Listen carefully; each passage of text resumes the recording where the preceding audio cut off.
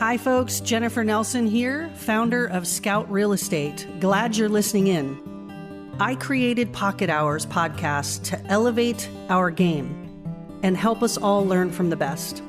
I have interviewed some of the top producers in our industry about best practices, among many other things. We also tackle industry issues and changes with great conversation from many of our leaders. And the best part is you get clock hours just for listening in. After you have listened to 3 episodes, just email info@scoutrealestate.com to answer a few easy questions for the interview, and you will receive your certificate. Meanwhile, enjoy listening and learning, and go out there and be the agent you would hire. Hello there, folks. Jennifer Nelson here with Pocket Hours, and I had the privilege of interviewing my friend Rhonni LaCroix today. Rhonni and I go way back 9 years. When she first started real estate, she came to the firm I was at the time, and I got to train her a little bit and work alongside her, and it was really fun. And I've just kept in touch with her. She is now in the Kitsap Peninsula area. She's doing a bang up job. And if you have a referral over in that area, please do send it her way. She will more than take care of them. Anyway, she has some pretty good quotable quotes in this interview. Don't be a Pop-Tart agent's one of them. Having the support both at work and home, among other great little nuggets in this interview. So here we go. Today, I have the privilege of interviewing my friend Rhonni LaCroix. Rhonni, thanks for being on the show. Hi, Jennifer. Thanks for having me. This is so exciting. It is so exciting. Woohoo! Mhm. Rhonni and I go way back where we knew each other at the former firm that I partly owned. And she was a new agent then. And it's so interesting because uh, I asked her to be on the show and I said, hey, Rhonni, I'd love to interview kind of a newer agent. And she sort of said, okay, like she was up for it. But then she goes, Jennifer, I've been doing this. What did you say? 8 or 9 years now? Yeah, Is that yeah, possible? yeah, I know. Coming on my So ninth you're year. not new anymore. Amazing. Not new anymore. But you have such great energy. So I'm just excited to talk with you. So thanks for Hey. being on here Oh today. my gosh. Well, thanks for the nice words. I appreciate it. Yeah, you bet. Okay, well, we're going to start as we always do with sort of some questions about who you are, your family, where you're from, that kind of stuff. So tell us a little bit about that. Sure. So I live here in Port Orchard, Washington. I'm a Kitsap-based real estate agent, but I'm from a small town in Washington called Montesano, just a small little one stoplight town. So I knew I wanted to, wherever I ended up, was going to have that same sort of energy and vibe to it. So Port Orchard and Kitsap Peninsula really fits my lifestyle and my business really well. I live here with my husband and my 4-year-old son. So it's never a dull day. My husband's is a first responder for South Kitsap Fire Department, and my 4-year-old is on the run, preschool, swim lessons, t-ball. So life's busy, and I'm thankful to have the career I do that allows me to enjoy all of it. Yeah, That's so cool. yeah. Yeah, I mean that is a huge draw for this industry, right? Is if Mhm. you have kids, you're able to actually be present in their lives and go to the T-ball game, right? Where if you had a job in a 9 to 5, you might not be able to do that. So Yeah, that's great. yeah. Um, so you're in Kitsap. You've been doing this now 9 years. So let's go back to that beginning part when you first got licensed. What were you doing pre-real estate? Yeah, so pre-real estate, 2015 Rhonni, 2016 Rhonni was working for I gotta think about her for a minute. I was working for a nonprofit organization in North Seattle. I was a marketing manager. I did a lot of brand management, fundraising, a lot of development type work, marketing, wore many hats. Before that, I worked in political communications and again, kind of in the marketing type realm of things.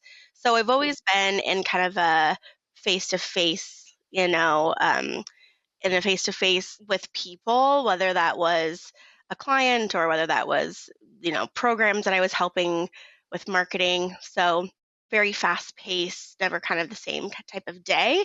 I just knew it wasn't what I wanted to do forever. But I had great people that I worked with and really loved the path that I had been on.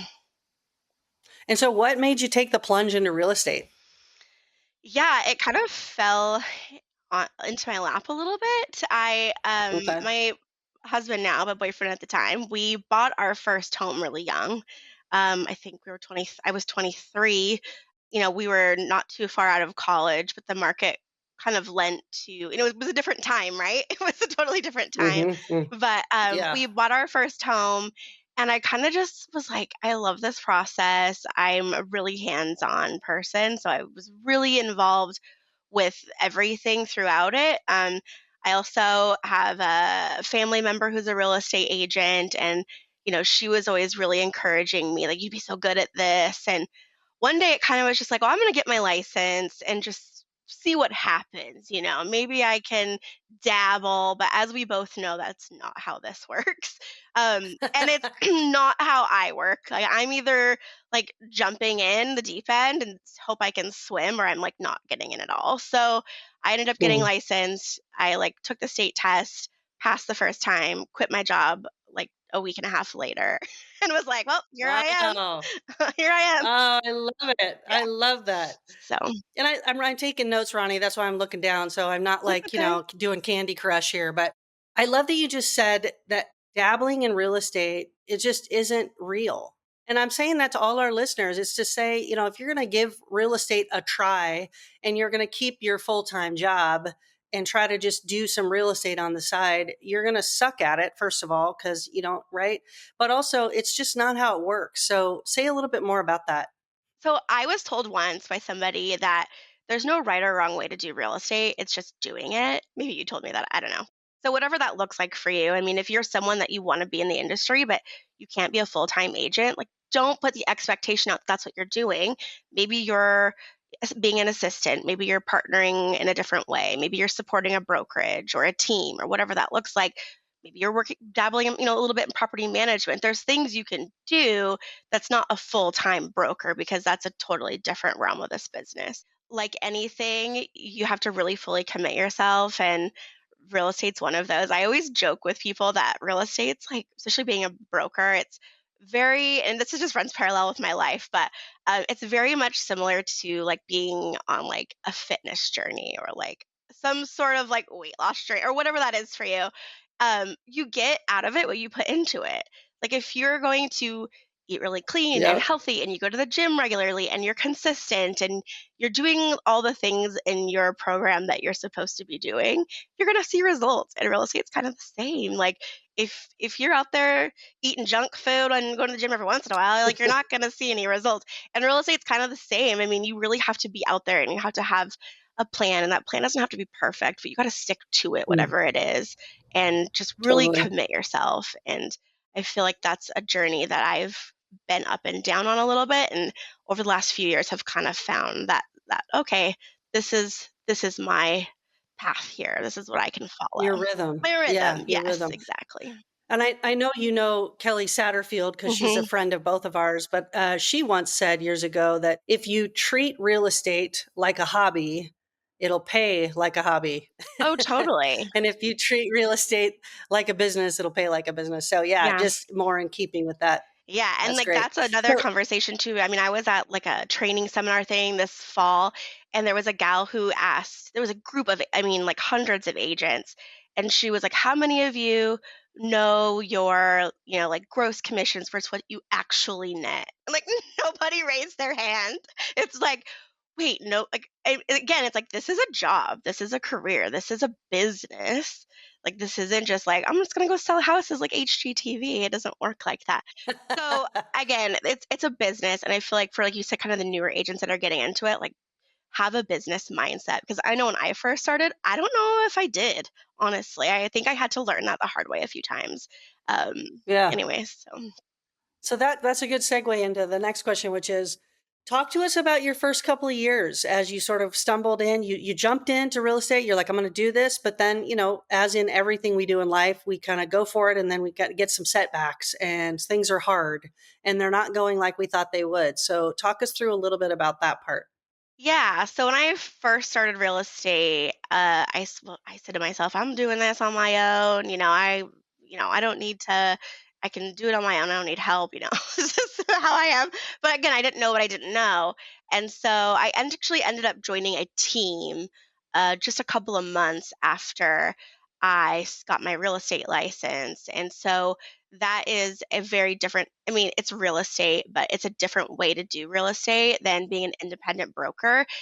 I actually like took some notes here, and I think what I wrote down was I got kind of a crash course in being a real estate agent because you can get business, you can convert business relatively quickly in that sort of structure. And so I learned a very fast paced, kind of aggressive way of doing real estate, which wasn't really true to my nature, but I think that it gave me a good foundation of like, okay, this is this business, and this is like how to work the sales side of this business, but also to be in front of people and handling the emotions that come with buying and selling real estate. It was hard. I mean, there were times where I thought, okay, I don't know if this is what I signed up for. There's a lot of rejection, especially when you first start out, because people naturally will doubt you. You just have to be very confident in yourself and confident in the people that you surround yourself with, I think. I just kind of fell again into a rhythm. And I think consistency, no matter what you're doing, is always kind of my baseline. Like, if I don't have business, I'm like, okay, what am I not doing? There's something I'm not being consistent at, whether that's following up with my database or that's, finding different leads or, being proactive in the business side of things. But no, starting out is hard. And if I knew then what I know now, I would have probably started things a little bit differently. But again, there's growing pains with whatever job or career you're in. So Yeah, and I want to get back to a couple things you just said. First of all, I want to dive into a little bit of that rejection piece. This business is wrought with rejection. We have to deal with it on lots of different levels. And so, how do you recover when you go to that listing appointment, you put your heart and soul into it, and somebody else gets the listing? Or, your buyer puts forth an amazing offer and just doesn't get it. It's a multiple offer. So, just the roller coaster emotional side of this business, how do you recover and get back on your feet to kind of keep going? I think that there's been phases throughout my career as a real estate agent. When I was newer, it was so much harder to face the no's.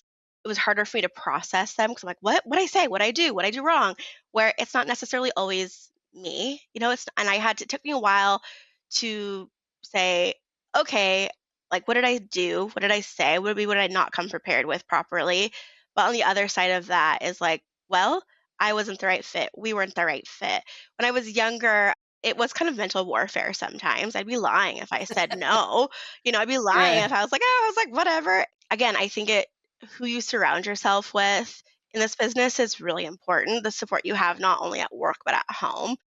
I was on a team when I was younger in this business, and I had great colleagues around me that I could go to like, I got to talk through this with you. I just don't know what happened. What did I do wrong? Or would say, kind of you're fine, it's fine, brush it off, like whatever for them, like just it'll be great. And so kind of Yeah. that positive self talk within, but also from external sources is kind of good to have around you because business or real estate could be lonely if you don't, and it can be Mhm. harder to overcome things if you're by yourself. But I mean, now today, I'm really blessed in the sense that a lot of the people I work with are really close within a sphere range or referral, but I do still face rejection and I still do face no's. And I think I just have to be confident and I also just have to accept them. Just Mhm. okay, Yeah.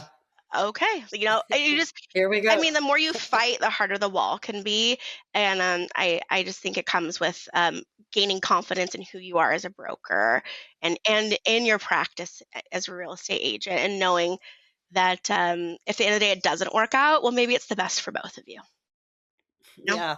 I had this mental image when you were just talking, that when you said that great line, the harder you fight sometimes, what'd you say? I can't even remember. The harder the wall, I mean, the harder the wall gets. The harder Like, the wall. There it yeah. is. Yeah. And I